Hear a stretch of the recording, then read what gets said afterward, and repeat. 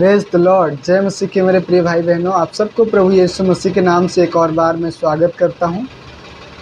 मैंने माता यरूशलेम पंथ के पहले अध्याय को देखा था, जहां पर माता यरूशलेम पंथ की जो स्थापना हुई वो कैसे हुई, और आज हम अध्याय 2 को देखेंगे, मसीआन संग होंग। क्या ये एक दूसरे आगमन वाले मसीह हैं? क्या ये हकीकत में ये दूसरे आगमन वाले मसीह हैं? आइए हम देखेंगे इनके विषय में और इनकी आधिकारिक वेबसाइट में क्या लिखा हुआ है। World mission society church of God के आधिकारिक वेबसाइट के अनुसार मसीआन संग होंग अंत के दिनों के सुधारवाद हैं। बताया जा रहा है कि ये अंत के दिनों के सुधारवाद हैं, जो कि इनकी वेबसाइट से ये लिया गया है। और यीशु के दूसरे आगमन के रूप में वह इस संसार में नई वाचा को पुनः स्थापित करने आए हैं। ये एक नई वाचा को स्थापित करने आए। कौन सी वाचा को स्थापित करने आए, आगे देखेंगे। जो प्रेरितों के समय के बाद से लिप्त हो गया था, जो प्रेरितों के समय के बाद से लिप्त हो गया था। और इस तर्क के समर्थन में world mission society church of God इब्रानियों की पत्री उसका 9 अध्याय 28 का हवाला देकर यह प्रमाणित करने की कोशिश करते हैं कि मसीआन संग होंग 1964 में संसार के एकमात्र सच्ची कलीसिया को स्थापित करके परमेश्वर के द्वारा ठहराए गए सभी पर्वों को पुनः स्थापित कर दिया है। मतलब ये इस चीज़ को स्थापित करने के लिए आए हैं कि 1964 में मसीआन संग होंग दूसरी कलीसिया की स्थापना करके ये मसीह के मतलब दूसरे वाचा को क्या किए, ये स्थापित करने आए थे। ये कौन सी वाचा जो इनके वेबसाइट में लिया गया है, इब्रानियों 9 का 28। क्या हकीकत में इब्रानियों 9 का 28 इस बात को स्पष्ट करता है कि मसीआन संग होंग ही आएंगे, तभी इस वाचा का स्थापित करेंगे और एक नई कलीसिया स्थापित करेंगे, तभी ये पूरा होगा। ये एक भरमाने वाली बात है। तो आइए हम आगे देखेंगे। आइए हम इन कथित बाइबल की भविष्यवाणियों को विश्लेषण करें, जो मसीआन संग होंग की पहचान की पुष्टि करती है। सत्य को पहचानने की कोशिश करेंगे कि हकीकत में ये जो बात करते हैं कि सत्य है या फिर असत्य है। आगे बढ़ने से पहले आइए हम इब्रानियों 9 और उसके 28 को जांचें कि क्या यह पुरानी वाचा के पर्वों को फिर से स्थापित करने के बारे में है।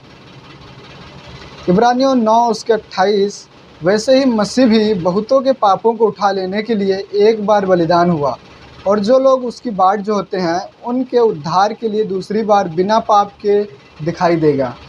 यहाँ बिना पाप के दिखाई देने की बात है। मसीह जब दोबारा आएगा तो बादलों पे आएगा, बिना पाप के, और एक तुरही के साथ, जो कि मसीह हम और आप हर कोई उसको देखेगा। तो यहाँ पर मसीआन संग होंग के विषय में कोई भी ऐसी बात नहीं कही गई है, जो कि ये इब्रानियों 9 उसके 28 का हवाला देकर हमसे और आपसे बातें करेंगे और वचन को गलत तरीके से प्रस्तुत करते हैं। और वैसे ही ये लोग अपने आप को गलत चीज़ों में लोगों को फंसाने की कोशिश करते हैं, लोगों को भरमाने की कोशिश करते हैं। आइए हम 3-4 पॉइंट को देखेंगे। मसीह का बलिदान एक बार क्यों हुआ? दूसरा है, क्या वह दूसरी बार प्रकट होगा? तीसरा है, वह दूसरी बार क्यों प्रकट होगा? चौथा है, वह हमें किस से छुटकारा देगा? बहुत बढ़िया। आपने उपरोक्त प्रश्नों का उत्तर कुछ इस तरह देंगे। हमारे पापों के लिए, हाँ, वह दूसरी बार प्रकट होंगे।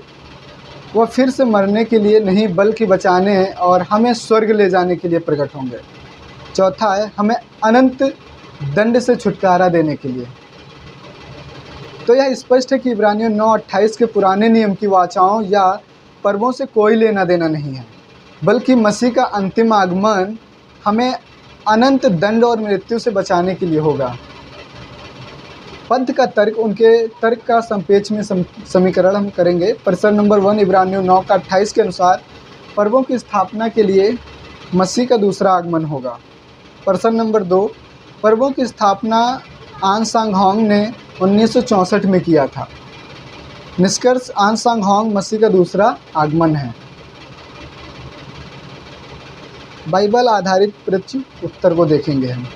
हमें स्पष्ट रूप से देखा है कि प्रश्न नंबर 1 अमान्य है, क्योंकि वचन का गलत उदाहरण किया गया है और वचन किसी भी वाचा या पर्व के पुनः स्थापित करने के बारे में बात नहीं करती है। प्रश्न नंबर 2 भी ढह जाता है क्योंकि हमें बाइबल में इस प्रकार का कोई मापदंड नहीं दिया जाता है जिससे मसीह के दूसरे आगमन को परिलक्षित किया जा सके।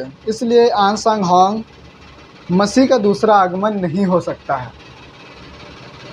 जो भी इब्रानियों 9:28 का वो आप लोगों के बीच में ये हवाला देते हैं कि ये एक दूसरे आगमन वाले मसीह हैं, ये दूसरे वाचा को स्थापित करने आए हैं। 1964 में इन्होंने कलीसिया की स्थापना करने के बाद ये दूसरे आगमन वाले मसीह हैं। ऐसा कुछ भी नहीं है। ये आपके बीच में आएंगे और ये आपको वचन के आधार पर गलत तरीके से आपसे बात करेंगे कि हो सके आपको भरमाने की कोशिश करें।